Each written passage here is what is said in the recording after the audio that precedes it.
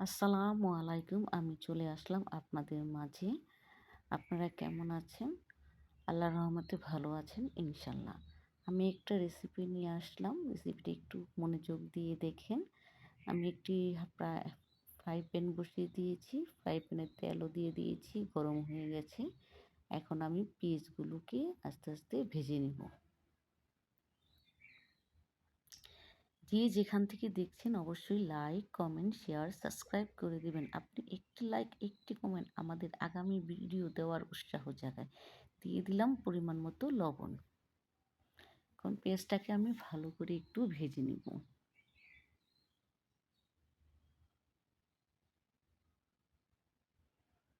এখন দিয়ে দেব ৫-৬টা কাঁচামরিচ।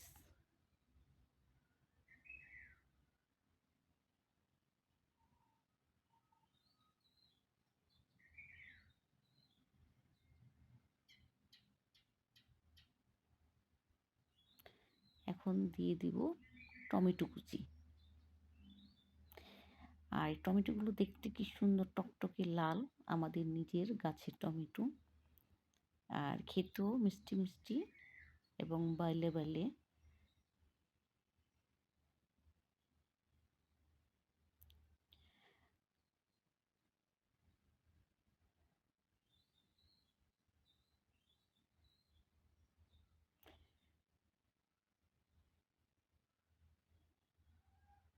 টমেটোগুলো আমার ভাজা ভাজা হয়ে গেছে।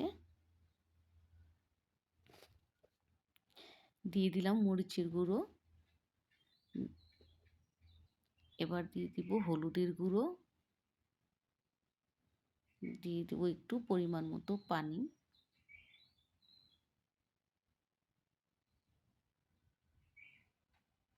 এখন মশলাটাকে আমি ভালো করে একটু কষিয়ে নিব। মশলা যত কষাবেন তরকারির স্বাদ তত মজা হবে।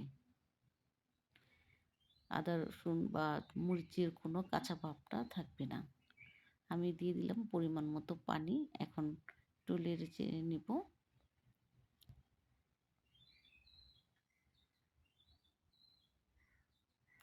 এখন আমি ভাজা রুই মাছগুলো দিয়ে দেব।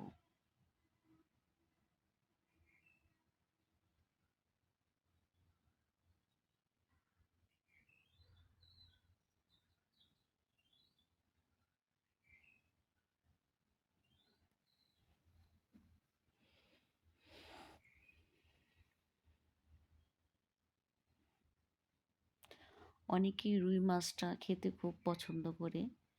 তবে রুই মাছটা বিশেষ করে পেঁয়াজ টমেটো দিয়ে রান্না করলেই ভালো লাগে।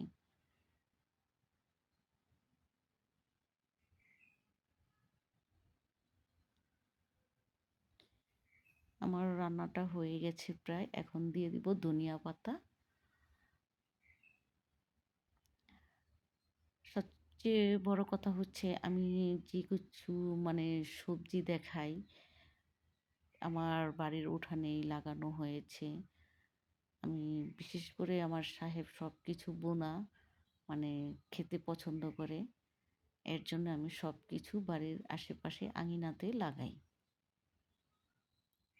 এর জন্য সব কিছু টাটকা টাটকা গাছ থেকেই নিয়ে আসি, যখন যেটা লাগে নিয়ে আসি।